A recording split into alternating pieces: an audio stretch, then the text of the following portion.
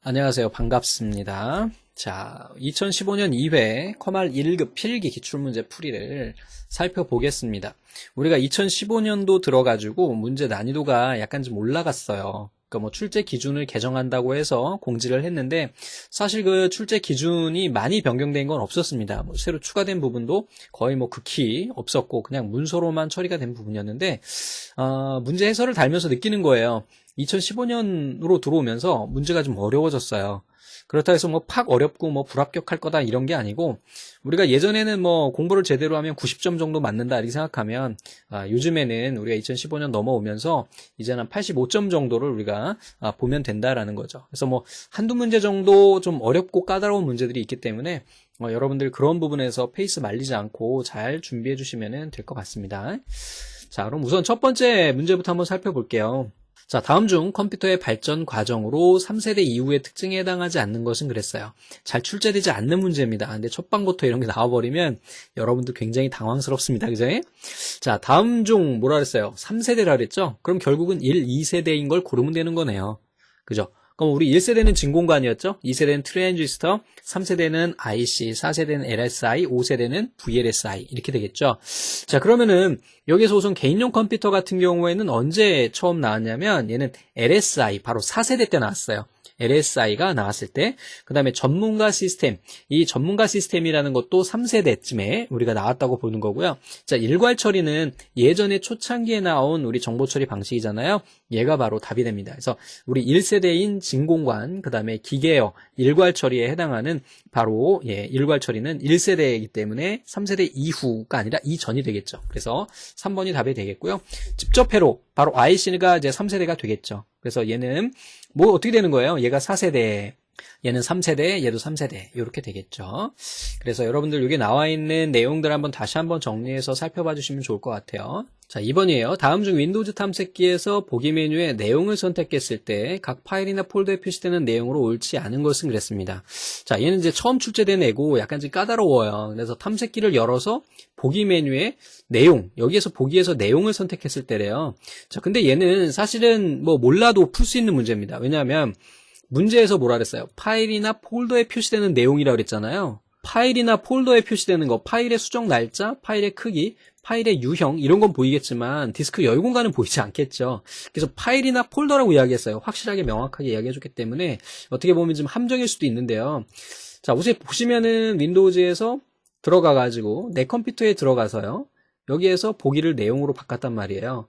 자, 여기에서는 지금 우리가 디스크를 보는 거지 파일이나 폴더 보는 게 아니잖아요. 그래서 우리가 안으로 들어가서 예를 들어서 뭐 이쪽에 사진으로 한번 가보자. 이렇게 들어가서 얘를 내용으로 이렇게 바꿔주면은 여기에 표시되는 이 항목을 이야기하는 거잖아요.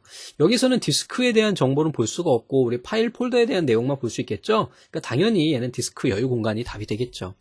뭐 어떻게 보면 좀 까다로울 수도 있는데 그냥 딱 보면 이 문제를 잘 읽어보면 알 수가 있어요. 파일이나 폴더에 표시되는 내용, 근데 파일하고 폴더하고 디스크 여유 공간하고 무슨 상관이야? 이렇게 봐주시는 게 훨씬 더 빠르겠죠. 자, 다음 중 윈도우즈 7의 윈도우즈 작업관리자 창에서 수행할 수 있는 작업으로 옳지 않은 것은 그랬어요. 작업관리자 창이라 그랬습니다. 자, 우선 여러분들 작업관리자가 어디 있어요? 여기에서 보시면은 이렇게 해서 마우스 오른쪽 버튼 작업관리자 이렇게 들어가 보시면 알 수 있겠죠? 그래서 응용 프로그램이나 프로세스, 서비스, 성능, 네트워크, 사용자 이런 애들이 나온단 말이에요. 자, 그럼 한번 보겠습니다. 사용자 계정에 추가와 삭제를 할 수 있다? 이건 너무 자주 나오는 문제네? 사용자 계정하고 추가 삭제하는 건 어떻게 해요? 제어판에서 사용자 계정에서 하는 거죠? 그죠? 자, 한번 볼게요. 그러면 제어판 들어가서 여기에 범주에서 큰 아이콘으로 바꿔주게 되면 여기에 보시면 나오는 대로 사용자 계정에서 이 문제 아주 자주 출제됩니다. 그래서 사용자 계정에서 우리가 계정을 관리할 수 있는 거지 여기에서 뭐 작업관리자 창에서 할 수 있는 거는 현재 실행 중인 프로세스나 접속한 사용자 아니면 현재 사용하는 리소스를 볼 수 있는 거죠. 그래서 현재 실행 중인 프로그램을 강제로 종료시킬 수 있고요. 시스템의 CPU 사용 내용이나 할당된 메모리 크기를 파악할 수가 있대요. 그래서 좀 전에 우리가 이렇게 보시면은 여기 다 나오게 되겠죠. 그래서 현재 CPU 사용률, 그 다음에 메모리, 그 다음에 응용 프로그램 실행 중인 거, 그 다음에 현재 돌아가고 있는 프로세스, 그 다음에 현재 돌아가고 있거나 중지된 서비스, 그 다음에 현재 이 컴퓨터가 어느 정도의 리소스를 사용하고 있는지에 대한 것들, 네트워크는 얼마나 쓰고 있는지에 대한 것들, 사용자는 누가 접속하고 있는지에 대한 것을 볼 수 있는 게 작업관리자죠. 그래서 이름 그대로 작업을 관리하는 애예요. 작업을 관리하는 거지 사용자 계정을 관리하는 건 아니죠. 그래서 사용자 계정은 별도로 설정한다는 거. 이 문제는 굉장히 자주 나오는 애입니다. 자, 현재 네트워크 상태를 보고 네트워크 이용률 확인할 수 있다고 그랬죠. 고요. 다음 번, 이번에는 4번입니다. 다음 중 웹 프로그래밍 언어에 해당하지 않는 것은 그랬어요. 자, 우선은 얘는 다이나믹 HTML이고요. 그 다음에 SGML, WML 이렇게 얘네들은 다 웹 프로그래밍 언어고요. 자, 코볼은 뭐예요? 얘는 일반적인 프로그래밍 언어죠. 프로그램 언어. 웹 프로그램 언어가 아니라 옛날에 우리가 사용하던 그런 언어가 됩니다. 그래서 이 코볼이라는 것은 사무자동화용으로 만들어진 거예요. 얘네는 현재는 쓰지 않죠. 옛날에 썼던 어떤 하나의 언어 번역 프로그램이라고 보다는 프로그램 랭귀지라고 이야기하는 게 맞아요. 그래서 프로그래밍 언어. 다 같은 말입니다. 프로그래밍 언어, 프로그램 랭귀지 다 같은 말인데 얘는 웹에서 사용하지 않아요. 옛날에 썼던 거예요. 자, 우선은 UML이라는 애가 있어요. 자, UML이라고 하는 애는 유니파이드 모델링 랭귀지래요. 그래서 얘는 객체 지향 모델 할 때 쓰는 거고요. DHTML은 얘는 동적인 작용을 할 수 있는 HTML이고 WML은 와이어리스 마크업 랭귀지래요. 얘는 휴대폰이나 PDA 이런데 우리가 무선 단말기에서 표시되는 웹 브라우저에 표시되는 언어를 사용하고요. SGML 같은 경우에는 스탠다드 제너럴라이즈 마크업 랭귀지래요. 그래서 다양한 형태의 전자문서를 이종 시스템 간에 효율적으로 전송하는 거. 다양한 전자문서 대표적인 게 뭐가 있을까요? 저는 그 민원24 자주 쓰거든요. 그래서 민원24 들어가 보면 우리 주민등록 등본이라든지 뭐 등등등 여러 가지 받을 수 있죠. 그래서 출력할 수 있잖아요. 그래서 걔네가 다 어떻게 보면은 다양한 형태의 전자문서가 됩니다. 그래서 이런 걸 표시할 때 쓰는 게 SGML이다. 그렇게 보시면 되겠어요. 자, 다음 중 인터넷 통신 장비 너무 자주 출제되죠. 자, 게이트웨이라고 하는 것은 우리 문패다라고 이야기 말씀드렸었어요. 자, 우리가 게이트웨이라고 하는 것은 이렇게 어떤 네트워크 영역이 있을 때 여기에 진입할 수 있는 결국은 애가 되는 거고, 여기에 이제 이 게이트웨이는 주소를 또 갖게 돼요. 그래서 IP 주소를 이렇게 갖게 되고, 외부에서 이제 접속할 때 이 IP를 찾아서, 여기가 어떤 구역이구나라는 걸 확인하는 거죠. 얘 같은 경우에는 뭐라고요? 대문 보통 그렇게 생각하면 돼요. 우리 집을 들어올 때. 아파트에 요즘에 많이 사시니까, 자, 아파트에서는 뭐가 되겠습니까? 현관. 이렇게 되겠죠. 그래서 그 안에 이제 101호부터 시작해가지고 층수가 높으면은, 저는 이제 12층에 살고 있어요. 12035에 살고 있는데, 이렇게 해가지고 각각 호수가 있으면, 여기 동이 되는 거죠, 이렇게. 얘가 바로 게이트웨이가 되는 겁니다. 그래서 제가 103동 살고 있는데, 103동 1203호다. 그러면 맨 처음에 여길 가려면 택배 아저씨가 어떻게 돼야 돼요? 이 103동이라는 표를 봐야 되잖아요. 그지? 그래서 103동이라는 데를 여기에 들어와서, 그 다음에 203호까지 오는, 이러한 상태가 되겠죠. 그래서 택배를 생각하면 좀 쉽겠다, 그지? 그래서 그 건물에 적혀 있는 동수를 보고, 오게 되는데 그 바로 동수 적혀있는 그 현관문이 바로 게이트웨이와 같은 역할을 한다. 그렇게 보시면 되겠습니다. 자, 현재 위치한 네트워크에서 다른 네트워크로 연결할 때 사용한다. 결국은 이 말이 그 말이 되겠죠. 그래서 외부에서 택배 기사님이 와가지고 외부의 사람이 내부로 들어오는 거잖아요. 그래서 어떤 현재 위치를 파악할 수 있도록 해주는 역할을 하는 거죠. 인터넷 신호를 증폭한다 그랬어요. 그래서 얘는 리피터가 되겠고, 네트워크 계층의 연동 장치로 경로 설정, 얘는 라우터, 자주 출제됩니다. 문자로 된 도메인 네임을 숫자로 이루어진 IP 주소로 변경한대요. 여기에 나와 있는 이 4개는 다 알고 계셔야 됩니다. 아주 자주 출제되는 애들이니까요. 자, 다음 중 윈도우즈 7에서 사용하는 바로가기 키에 대한 설명으로 옳지 않은 것은 그랬어요. 자, 여기 보시면 이제 윈도우즈 키 L 하니까 로그인이라는 생각이 나죠. 그래서 화면 잠금 또는 사용자 전환하려면은 아이디 패스워드 넣죠. 자, R은 실행 대화산자. 그래서 얘는 run의 약자예요. run. 그 다음에 윈도우즈 키하고 포즈. 여러분들 한번 눌러보세요. 윈도우즈 키는 그 컨트롤 키하고 알트 키 중간에 있죠. 표준 키보드에는. 그래서 그거랑 제가 지금 누르면은요, 화면이 닫히고 막 이런 게 있어가지고 안 돼. 자, 그러면은 요거는 되겠다. 자, 윈도우즈 E 키 눌러주시면 얘는 뭘까요? 익스플로러 탐색기가 열리게 됩니다. 요놈의 탐색기, 그지? 탐색기 이렇게 이런 거야. 좀 재밌겠죠. 요즘에는 여러분들 이제 교재에 많이 나와 있기는 있지만 윈도우즈 키 이용한 단축키가 종종 출제되고 있어요. 그래서 윈도우즈 키랑 같이 사용되는 그런 키에 대해서 여러분들이 좀 정리하고 계시면은 시험 보시는데 좀 도움이 되지 않겠나 생각이 돼요. 뭐 예전에는 뭐 펑션 키 많이 나왔고 컨트롤 키하고 알트 키 해가지고 조합 키가 많이 나왔는데 요즘에는 지금 경향이 윈도우즈 키랑 같이 혼합된 그런 애를 우리가 출제가 되고 있어요. 자, 다음 중 인터넷 보안을 위한 해결책으로 사용되는 암호화 기법에 대한 거. 우리 암호화 기법에는 비밀키와 공개키라는 게 있었죠. 자, 비밀키라고 하는 것은 우리 뭐라 그랬습니까? 암호화 키하고 복호화 키가 동일하다고 그랬죠. 그래서 이것도 하나 좀 써보자. 그래서 우리가 비밀키다 라는 거는 비밀 이해하는 거잖아요. 그래서 비밀 이해하는 이유는 뭐예요? 비밀키는 암호화 키와 뭐예요? 복호화 키가 같기 때문에 하나 키만 알아도 다 알 수가 있잖아요. 그 다음에 공개키 같은 경우에는 어때요? 공개키는 암호화 키하고 그 다음에 복호화 키가 서로 다른 거야. 그래서 하나는 공개도 되는 거죠. 이거 기억나시죠? 그래서 뭐 한번 볼게요. 그래서 비밀키 암호화 기법은 동일한 키로 데이터를 암호화하고 복화한다 그랬어요. 왜? 비밀키는 두 개가 똑같아 하기 때문에 하나라도 알려지게 되면 뚫리니까. 그래서 맞는 내용이 되겠죠? 자, 비밀키 암호화 기법은 대칭키 암호화 기법 또는 그래서 또 단일키 암호화 기법이라고 하고요. 우리 비대라고 기억하시라 그랬죠? 그래서 비대 맞네요. 자, 공개키 암호화 기법은 비대칭 암호화 기법이라고도 하고요. 대표적인 것은 RSA. 이거 대학 교수도 3명이라고 그랬어요.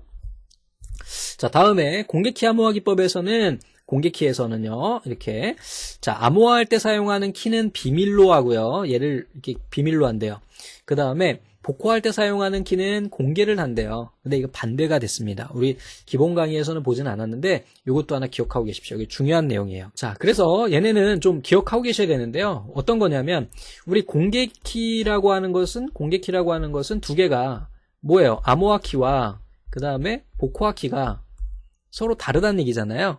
근데 여기에서 어떤 걸 공개할 거냐에 대한 거예요. 근데 얘가 반대로 됐어요.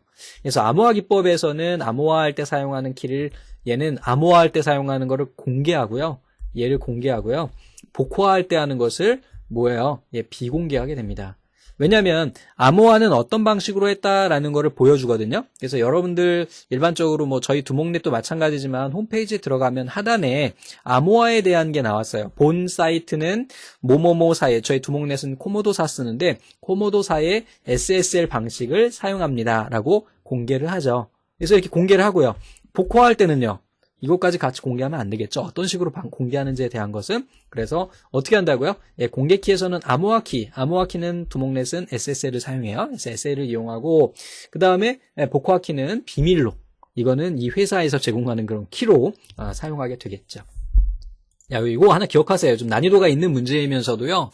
제 생각에는 요즘에 암호화에 대한 거, 그 다음에 정보 보호에 대한 게 많이 출제되기 때문에 좀 따로 정리해 두시는 것을 추천드립니다. 그래서 딱 요 문제가 나오면 두목넷을 생각하시면 될 것 같아요. 보통 다른 사이트도 마찬가지로 하단에 얘를 표시하게 돼 있거든요. 그래서 뭐 본 사이트는 뭐 어떤 회사의 어떤 암호화 기법을 이용해서 암호화되어 있습니다.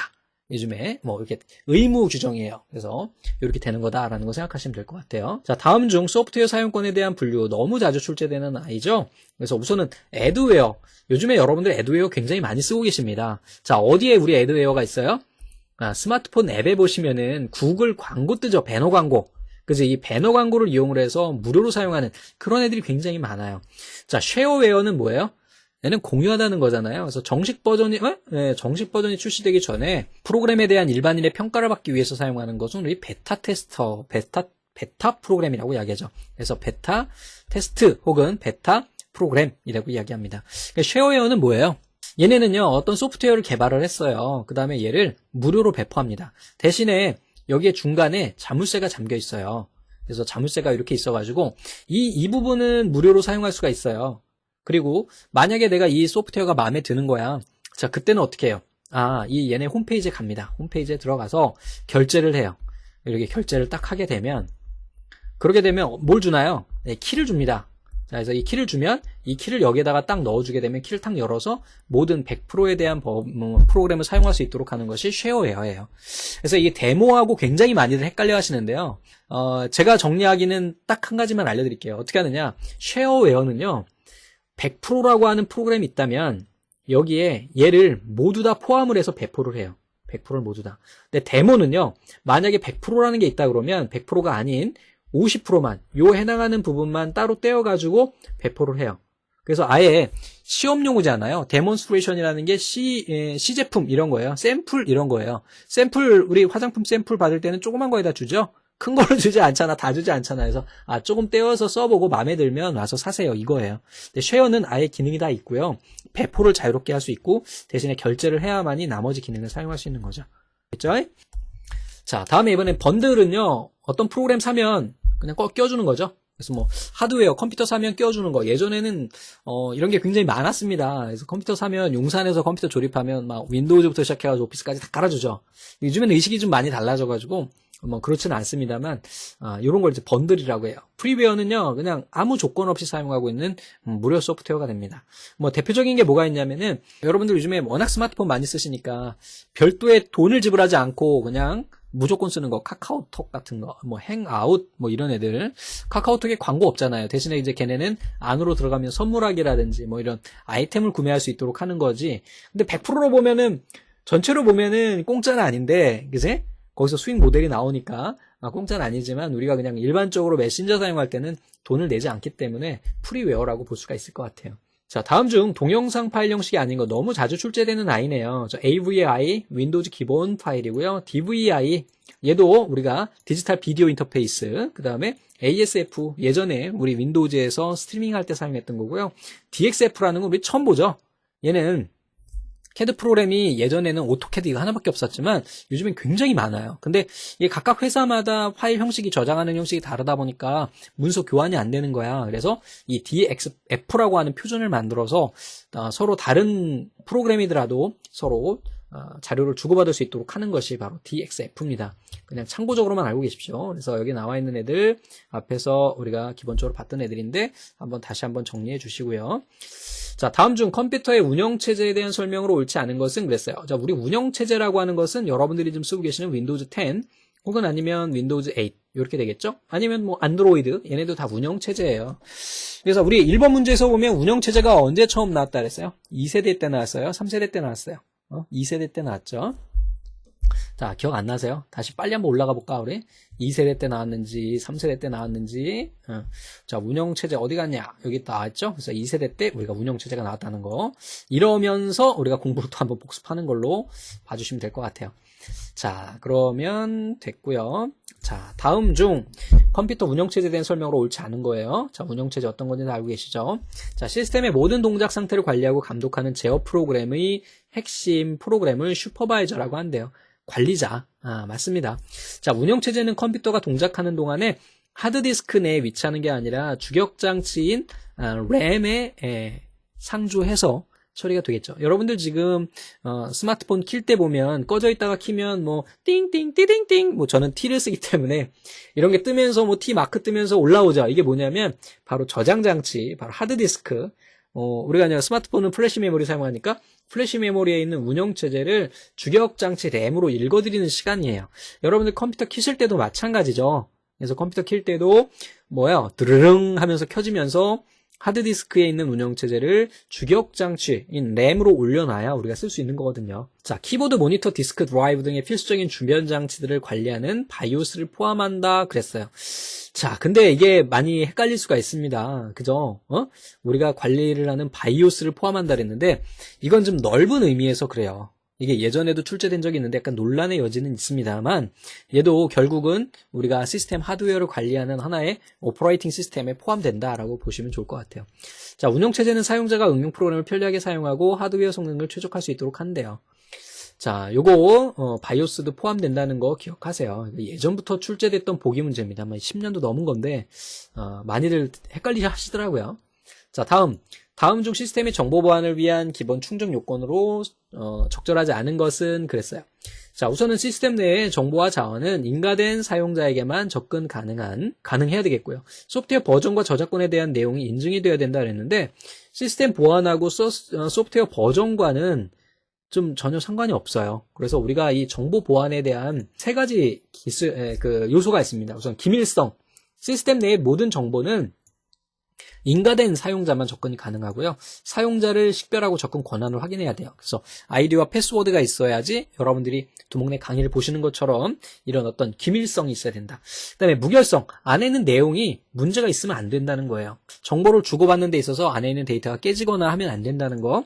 가용성, 정보에 대한 접근 권한이 사용이 적시에 정확하게 보장되는 거. 가용 얼마나 많이 쓸 수 있느냐, 제대로 쓸 수 있느냐에 대한 거예요. 우선 시스템 내의 정보 자원은 인가된 사용자만 되는 건 얘는 기밀성에 해당하는 거고요. 기밀성 하니까 발음이 이상하다, 이제. 자, 위쪽에서 돌아가신 분이죠. 자, 정보를 전송하는 과정에서 변경되지 않아야 된다. 그래서 얘는 무결성, 사용자를 식별하고 접근 권한을 확인할 수 있어야 된다. 얘도 마찬가지로 기밀성이 되겠네요. 자, 기밀성이 많이 나오네요. 자, 다음 중 컴퓨터에 사용된 펌웨어에 대한 설명으로 옳지 않은 것은 그랬어요. 펌웨어 너무 자주 출제되죠. 자, 펌웨어라고 하는 것은 고정된 웨어라고 그랬습니다. 그래서 우리가 고정된 웨어는 뭐가 있을까요? 여러분들 스마트폰에 있는 안드로이드, iOS 모두 다 어떻게 보면 펌웨어예요. 운영체제 안에 얘네가 플래시 메모리에 들어있기 때문에 대표적인 펌웨어는 뭐가 있을까요? 우리 기본 강의에서도 계속 말씀드렸죠. 냉장고에 있는 프로그램, 전기밥솥에 있는 프로그램, 요즘에 보일러도 다 되죠. 그래서 이렇게 안에 프로그램이 들어있어서 어떤 작동을 할 수 있도록 하는 것을 우리 펌웨어라고 이야기한다 했어요. 자, 하드웨어의 동작을 지시하는 소프트웨어이지만 하드웨어적으로 구성되어 있어서 하드웨어의 일부분으로도 볼 수가 있다 그랬어요. 하드웨어 교체 없이 소프트웨어 업그레이드 가능하죠. 여러분들 안드로이드 업그레이드 하죠. iOS도 업그레이드 자주 해줍니다. 예? 자, 이럴 때 쓰는 거고요. 시스템의 효율을 높이기 위해서 램에 저장되는 게 아니라 어디에 사용된다 그랬어요? 자, 플래시 메모리, 현재는 그렇고 롬에 저장이 돼야 되겠죠. 왜냐하면 전원이 꺼지더라도 안에 있는 내용이 날아가면 안 되기 때문에. 아셨죠? 자, 램에 있으면은 여러분들 스마트폰 킬 때마다, 컴퓨터 킬 때마다 어떻게 해야 돼요? 매번 USB 꽂아가지고 이렇게 넣고 막 별짓을 다 해야 됩니다. 예? 자, 이렇다는 거. 기계어 처리, 데이터 전송, 부동소수점 연산, 채널 제어 등의 처리 루틴을 가지고 있대요. 자, 다음 중 멀티미디어와 관련해서 JPEG, Joint Pictures Export Group, JPEG 파일에 대한 설명으로 옳지 않은 것은 있어요. 자, 사진과 같은 정지 영상을 표현하기 위한 국제 표준 방식 맞고요. 24비트 컬러를 사용해서 트루 컬러로 이미지를 표현한다. 이거는 비트 수에 대한 거는 8비트도 되고 16비트, 24비트 이게 다 됩니다. 그래서 최대 24비트까지 가능하다는 거예요. 그래서 트루 컬러. 트루라는 게 뭐야? 요즘에 TV 광고에 보면 현실을 담았다 이러면서 나오잖아요. 그게 트루 컬러예요. 여러분들 눈으로 볼 수 있는 그런 컬러를 다 트루 컬러라고 이야기합니다. 사용자가 압축률을 지정해서 이미지를 압축하는 압축 기법을 사용해요. 그리고 얘는 손실 압축 기법입니다. 하나 적어 놓으세요. 손실 압축이에요. 손실 압축이라고 하는 거는 데이터의 내용을 소거해 가면서 여러분들 알고 계신 mp3처럼 손실 압축 방식을 사용합니다. 이미지 테두리를 확대해도요. 이미지를 확대하면 테두리가 거칠어지죠. 왜냐면 얘는 기본이 비트맵이거든요. 비트맵이라는 게 뭐예요? 이 비트맵 바로 이 점의 모음으로 우리가 사용되는 거죠. 됐어요? 자, 그럼 이거는 뭐야? 테두리가 거칠어지지 않는 얘는 뭐가 되는 겁니까? 바로 벡터 이미지가 되는 거죠. JPEG은 비트맵 이미지이기 때문에 얘는 여기에 해당하지 않겠습니다. 대표적인 게 WMF가 있죠. 벡터 이미지 중에는. 자, 다음 중 어떤 장치가 다른 장치의 일을 잠시 중단시킨대요. 끝났네요. 뭐예요? 인터럽트네요. 자, 자신의 상태 변화를 알려주는 것을 뜻하는 용어로 옳은 것은 그랬어요. 어떤 장치가 야, 나 먼저 할 거야 라고 하면서 CPU에게 관리 권한을 넘겨받는 거죠. 그래서 얘를 다 처리하고 다시 CPU한테 야, 나 끝났어. 다음 거 너 이어서 해. 라고 하는 게 바로 인터럽트가 됩니다. 자, 클라이언트 서버 같은 경우에는 데이터를 받는 애와 주는 애를 구분하는 거고, 다이렉트 메모리 액세스하고 채널은 두 걸 다 입출력 장치를 관리하죠. 자, DMA는 어떤 역할을 한다 그랬어요? 우리 얘는 외무부 장관 정도 된다고 이야기했죠. 외교통상부 장관이죠, 지금은. 채널은요, 우리 보통 이제 총리급이라고 이야기를 합니다. DMA 같은 경우는 어떻다고요? CPU에 영향을 받지 않고 주력 장치와 바로 다이렉트 메모리 액세스를 하는 거예요. 그리고 채널은요, 얘는 CPU에 영향을 받지 않고 얘네를 어떻게 해요? 입출력 장치를 관리해주는 바로 IOP라고 하는 별도의 프로세서로 두는 겁니다. 그러니까 대통령 너무 바빠. 그러니까 총리가 관리를 하는 거고 IOP의 지시를 받아서 우리가 DMA가 작동하게 된다. 그렇게 보시면 좀 쉬울 것 같아요. 약간 좀 구체적으로 들어가면 좀 다르긴 하지만 커말 정도 수준에서는 거기까지. 자, 다음 중 DNS가 가지고 있는 특정 도메인의 IP 어드레스를 검색해주는 서비스로 옳은 것은 그랬어요. IP 어드레스를 네임 서버 룩업 찾는 거죠. 자, 고퍼라고 하는 거는 우리 예전에 사용했던 검색 서비스였어요. 뭐 상상도 못할 정도의 굴입니다. 상상도 못할 정도로 구린 그런 검색 서비스고요. 자, 아키라고 하는 거 많이 들어보셨죠? 얘는 FTP 검색할 때 쓰는 검색 툴이었어요. 그 다음에 IRC는 인터넷 릴레이 채팅 해서 우리 기본 강의에서 제 친구 중에 IRC로 결혼한 지지배가 하나 있다고 말씀드렸었죠. 그래서 인터넷 릴레이 채팅을 통해서 자, NS 룩업 우리 한번 직접 한번 해보도록 하죠. 자, 여기에서 자, 그래서 시작 누르시고요. 여기 밑에다가 CMD 이렇게 하나 눌러주세요. 그 다음에 엔터 눌러주시면 커맨드 창이 나오고요. 여기다가 NS 그 다음에 룩이니까 룩업 이렇게 되겠네요. 그 다음에 한 칸 띄고 여기다 여러분들이 찾고자 하는 뭐 두목넷 뭐 이런 것들 이렇게 해서 도메인을 넣어주게 되면 얘의 IP가 나오게 됩니다. 그래서 두목넷은 180.67.205.197라는 서버 IP를 가지고 있다라는 거 이렇게 우리가 찾을 수 있다라는 거죠. 자, 다음 중 PC 업그레이드 시 고려해야 할 상황이므로 옳지 않은 것은 그랬어요. 우선은 램이나 그 다음에 ODD를 설치할 때 접근 속도의 수치는 작은 것이 좋다 그랬어요. 접근 속도 얼마나 빠르냐는 거죠. 여러분들 칼 루이스라는 육상 선수 아닙니까? 요즘에는 누구더라? 요즘 애들은 잘 모르겠고 저 때는 칼 루이스가 빠르냐 존 벤슨이었나? 아무튼 또 한 명 있었어요. 근데 이제 마약이었나? 그 약물 때문에 퇴출됐던 존 뭔데? 아무튼 그 둘이서 야 누가 더 빠르냐 맨날 초등학교 때 싸웠던 기억이 나는데 뭐예요? 빠르다는 것은 속도가 빠르다는 것은 그 속도 크기가 9초냐? 9초가 빨라요? 8초가 빨라요? 8초가 빠르죠. 그래서 수치는 작은 것이 좋은 거죠. 하드디스크 교체할 때는 연결 방식, 우리 SATA 방식이냐, ID 방식이냐, 스커시 방식이냐에 따라서 봐야 되고, 요즘에 뭐 SATA도 1, 2, 3 버전이 나왔기 때문에 그 버전에 따라서 우리가 찾아줘야 되겠고요. 클럭 속도는 높은 것이 좋겠죠. 그죠? 야, 시속 50km가 빨라요? 100km가 빨라요? 100km가 빠른 거죠. 자, 램을 추가할 때는 기존의 것보다 더 많은 핀수의 램으로 추가한다 그랬는데 들어가지가 않죠. 램 소켓 자체가 168핀으로 교정이 되어 있는데 이게 또 요즘엔 뭐 DDR3, DDR3L 혹은 뭐 DDR 요즘에 4까지 나오더라고요. DDR4 같은 경우에는 핀에 배열이 달라요. 그래서 넣을 수가 없어. 딱 맞는 거를 찾아서 넣어야 됩니다. 거기다가 여기에 이제 메모리 여기 속도 나오잖아요. 이 속도도 맞춰서 넣어야 돼요. 안 그러면은 안 되더라고요. 이게 제가 이제 체감한 게 저희 사무실에 이제 촬영실이 2개가 있어요. 녹음실 하나, 촬영실 2개가 있는데 촬영실에 노트북이 있습니다. 근데 이게 너무 구려 옛날 거라 메모리를 업그레이드 하려고 인터넷에서 메모리를 샀는데 이게 속도가 핀수는 맞는데 속도가 안 맞아가지고 노트북이 안 켜져요. 그래서 이거 뭐 반품도 안 되고 그러고 말았던 기억이 납니다. 자, 다음 중 윈도우즈 7의 글꼴에 관한 설명으로 옳지 않은 것은 글꼴 파일은 RTF 또는 INF 파일을 갖는다 그랬는데 글꼴 파일은 TTF 아니면은 TTC 아니면 FON이죠. 자, 이거는 너무 자주 나오는 애니까. 자, 이거는 뭐 인포메이션 그다음에 RTF 얘는 RTF 뭐예요? 이거 문서 파일이죠. 자, 시스템에 사용하는 글꼴은 이 안에 들어있고요. 트루 타입 글꼴과 오픈 타입 글꼴을 제공하며 프린터 및 프로그램에서 작동하고요. 글꼴에는 기울임, 굵게 기울인 꼴과 같은 글꼴 스타일이 있대요. 다음 중 인터넷 주소 체계에서 IP 버전 6에 대한 설명으로 옳지 않은 것은 너무 자주 출제되죠? 꼭 기억하고 계셔야 됩니다. 자, 다음 중 인터넷 주소 체계에서 이렇게 된다는 거예요. 자, 128비트라고 그랬고요. IP 버전 4에 부족 문제를 해결하기 위해서 나왔고요. IP 버전 4와 비교했을 때 자료 전송 속도가 늦지 않아요. 업그레이드 된 거거든요. 속도도 근데 빠르다고 딱 단정 짓기는 그래요. 제가 여기저기 막 이 문제 해설학 달면서 찾았는데 버전 IP 버전 4와 IP 버전 6의 자료 전송 속도에 대한 거는 IP가 결정하는 게 아니고요. 그 회선 밴드위스가 결정하는 거죠. 대역폭이 결정하는 겁니다. 그래서 전송 속도하고는 전혀 관련이 없다. 그리고 주소의 확장성과 융통성이 우수하다는 이거는 맞겠죠. 그래서 속도는 우리가 여기서 감안하지 않습니다요. 다음에 인증, 기밀, 데이터 무결성 지원으로 보안 기능을 포함하고 있고요. IP 버전 4와 호환성이 있으며 실시간 흐름 제어가 가능하대요.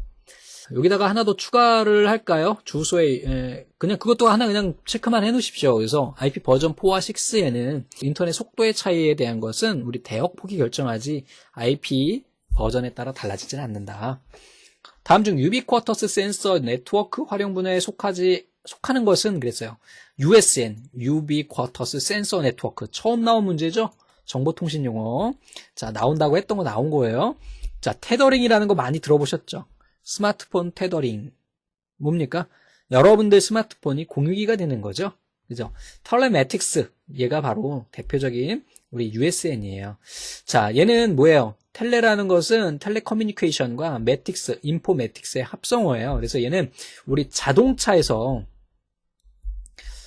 관심 많으신 분들 보면 우리나라는 뭐 유보인가요? 유보? 현대자동차 유보 2.0. 뭐예요? 인터넷 되잖아요. 이제 벤츠에도 마찬가지로 이런 게 달려있죠. 그래서 뭐 자리에 앉아가지고 정보 검색을 할 수 있거나 또 뭐가 있어요, 여러분들? 티팩? 이것도 하나의 텔레매틱스 기능입니다. 티팩이 뭐예요? 네, 우리 교통 상황을 우리가 볼 수 있잖아요, 내비게이션에서. 그래서 이런 거를 우리가 텔레매틱스라고 한다.